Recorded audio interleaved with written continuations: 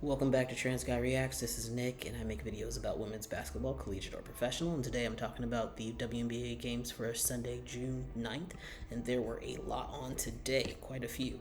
Um, Also, I live in Mexico, so there's going to be a lot of background music. People are partying, so it is what it is. Let's get into this. So the first game was the Washington Mystics versus the New York Liberty. To be honest, I did not expect the Mystics to win this game, but anything can happen. It's basketball. It was Ellie, the mascot's birthday, and she got several mascots in the area, and even the Oregon Duck to come and celebrate with her. And of course, Oregon Duck is because Sabrina Ionescu is from that school, so that was kind of funny and cool to have them out there, and she was having the time of her life as she always does. Unfortunately, for New York Liberty, Courtney Vandersloot was out again for personal reasons, but it was a very big crowd. I think it was a sold-out crowd, actually. Kind of surprised because it's the Mystics and people aren't usually showing up for their games, but it is what it is. The first quarter was quite close. Marquisha Davis gets in the first quarter, which was great. Love to see a rookie getting some times. I don't know if she started, but she definitely got in the game in the first quarter. Second quarter was really close. The lead was going back and forth. And then it was tied at 45 points at the half. So I was like, wow, Mystics are maybe going to do something here. Ellie, the elephant, was doing a halftime performance with some kids, so that was cute, very entertaining, very fun. And she actually did a few more performances like during the third and fourth quarter as well. It was a very close game in the third quarter. In the fourth quarter, it was still close, but then the Liberty started to get a slight lead, and it came down to the wire. The last 20 seconds were wild and really fun. It was a good game. But of course the New York Liberty did win. It was 88-93. Now New York Liberty are 11-2, and unfortunately the Mystics are 0-12. I don't know what they're doing with Eric Nepo Baby Tebow, but that guy needs to go. That's a ridiculous start to the season, but it is what it is. Ariel Atkins had 13 points. Maisha Hines-Allen had 20 points. Jade Melbourne had 21 points. And it was a pretty quiet night for Leah Edwards. She only had 9 points and 6 rebounds, but she still contributed. But that was for the Mystics. For New York Liberty, Brianna Stewart had 14 points, 7 rebounds, and 3 steals. John Carl Jones had 29 points, 8 rebounds. Sabrina Ionescu had 19 points and 8 assists. Lenny Fibich had 12 points, and it was a really quiet night for Benijah Laney Hamilton, but she still had 5 points and 10 rebounds. I would say lots of turnovers for both teams in this game, but Liberty were able to keep their composure at the end and pull it out. The second game that came on that day was the Phoenix Mercury versus the Dallas Wings. I honestly missed the first half of the game because it did conflict with the previous game with the Liberty and the Mystics. I came in during the third quarter and loved to hear Cheryl Swoops' voice. She was calling the game, the GOAT, and I love her perspective on things. It was pretty tight going into the fourth quarter, and throughout that quarter, the lead kept shifting back and forth. It was really competitive. A wild dash at the end seconds. It was tied at 78 at the end of the fourth, so unfortunately we went into overtime, but there was some really beautiful basketball played. It was tight the entire overtime. Crazy ending again, and no one scores. It's tied at 85, and then we go into double overtime, and then the Mercury do start to get a slight lead. Tiara McCowan gets a foul, and then a technical on Diana Taurasi because she kind of pushes her to the ground and ends up fouling out of the game because of that. Should have just took the foul, but she had to do a little extra and pushed her, and Diana will embellish things, and she fell to the ground all dramatic, so Tiara got that technical. The Mercury ended up pulling away after that. The final was 97-90, but it was a hell of a game. It was really great basketball. If you didn't watch this game, I would highly recommend going back and watching it. It was a good time. For the Wings, Maddie Segrist had 12 points. Monique Billings had 10 points, 11 rebounds, double-double. Tiara McCowan had 20 points, 9 rebounds, almost a double-double. Rickea Gumbawale had 25 points, 10 rebounds, double-double. And Sevi Usun had 11 points. For the Phoenix Mercury, Kalia Copper had 29 points. Brittany Griner had 24 points and 9 rebounds, almost a double-double. Diana Taurasi had 20 points, 7 rebounds, and 7 assists. Considering that less people were in double figures, the Phoenix just had more people who got points in general. The Wings, unfortunately, kind of had no bench. They have so many injuries, and they're kind of a younger team, and just the experience of the Mercury were able to come out on top. Now, to the third game. This was the Seattle Storm versus the Minnesota Lynx. The opening, I have to point out, the opening shot of the analysts is so bad. It was like from their table looking up, straight up their noses, and it was a fisheye lens. I don't know who made that decision, but that was a terrible decision, and it looked awful, but whatever. It was a very full house for the Lynx. Might have been a sold-out arena. I missed most of this game because I was living my life, okay? But I caught the end of the fourth quarter. It was close, but lots of fouls.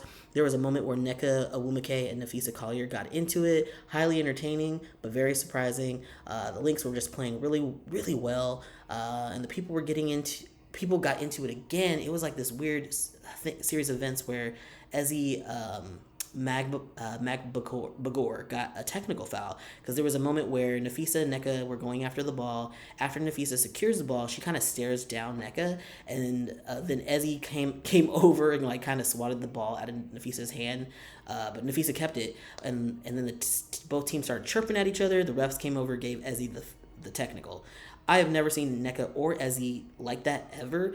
I've never seen Napheesa like that ever. So something was going on during the games. Of course, I came in late, so I didn't see it. They also were probably tired. Everyone is playing either every other day or every day. Like this schedule this year is just so brutal. So it could just be like, people are tired and their fuses are shorter. The final for this game, man, it was 64-83. It was pretty bad. The Storm only scored 23 points in the entire second half. The third and the fourth quarter, they only scored 23 points. So it was almost like a rout for the Lynx.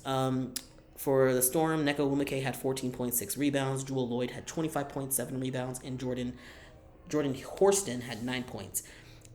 For the Lynx, Bridget Carlton had 13 points. Napheesa Collier had 19 points, 14 rebounds, and Kayla McBride had 32 points. Now, the final game of the evening was the Las Vegas Aces versus the Los Angeles Sparks.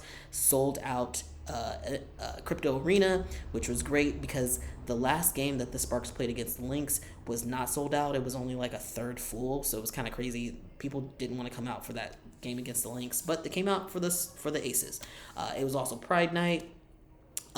They had a point where they were highlighting some organizations like Queer Chata. They were highlighting the Laysia Clarendon Foundation, which is Laysia Clarendon's organization that helps trans people get access to care. So that was pretty cool.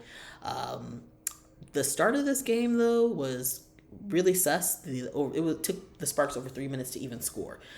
And what was interesting, too, was the Aces had quite a sizable fan base at the game, and they were loud. But, Vegas isn't that far from LA, so it's not surprising.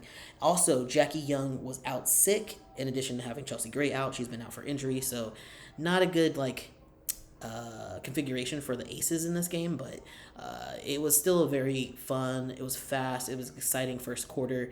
And then in the second quarter, it was really tight. They were like neck and neck by a few points. There was a point where DeMar Rosen was at the game with his daughters, and they did interviews with him, which I'm like, I don't know. I don't watch the NBA, so I don't really know much about him, but he has all girls, so they were like, oh, let's interview you, and you bring your girls to the game. Great, whatever. All the rookies for LA and for Aces, they were playing really, really well. Cameron Brink, Rickea Jackson, and Kate Martin were all playing exceptionally well. Also, this was Kate Martin's first career start, so that's really great for her. Riveting first half. It was really exciting. It was 44-43 at the halftime. Sparks were able to get a lead in the third quarter, but then Becky Hammond and Asia Wilson both get a technical foul because they were upset a foul didn't get called for them. This was at the very end of the third quarter. There was seconds left in the third quarter, and they both get a technical foul, so that was kind of stupid. The Sparks had a pretty sizable lead at that time, and then they went into the fourth quarter, and they were playing so fast. It was pretty fun to watch, but it was kind of like a rec ball. It was they were going up and down the court super, super fast. Then towards the end, it was 20 seconds left in the fourth quarter, and Becky Hammond gets another technical foul. At first, I don't know what happened. I actually ended up watching the post-game conference and found out she got that technical foul because she came out of her box. She was at the half court point, and the ref called her for the technical, and she got thrown out of the game, which to me was pretty ridiculous and pretty petty. But these refs this season are the worst. They've always been pretty bad, but this season has been exceptionally bad. So hopefully that'll be looked into. The final for this game was 92-96. So the Sparks won at home, which was fantastic. It was a fantastic game. Then at the end of the game, the same person who was interviewing DeMar Rosen earlier interviewed Rickea Jackson and asked her a ridiculous amount of questions. I think she asked her like 7 questions. The interview should have ended after 3, but whatever, it was fine. Rickea has great media training, so it was fine. The box score for this, Asia Wilson had 31 points, 8 rebounds, and 6 blocks. Kate Martin had 13 points, Kelsey Plum had 24 points, and Tiffany Hayes had 17 points.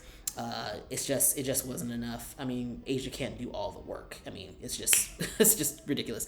For Sparks, Rickea Jackson had 16 points. Dearica Hamby had 18 points, 10 rebounds for a double-double. Lexi Hall had 9 points. Ari McDonald had 16 points, and Cameron Brink had kind of a quiet night. She had 8 points, 6 rebounds, but 5 blocks. So a really well-rounded effort from the Sparks. They actually had a bench. Their bench scored, I think, like 36 points compared to the almost non-existent bench offerings for the Aces. So that was the game. It was very exciting. It was very fun. And definitely, if you missed that game, I would recommend watching it as well. If you like this kind of coverage, please like, share, and subscribe. I do not have my comment section on because I don't care what people think about me. See y'all in the next one.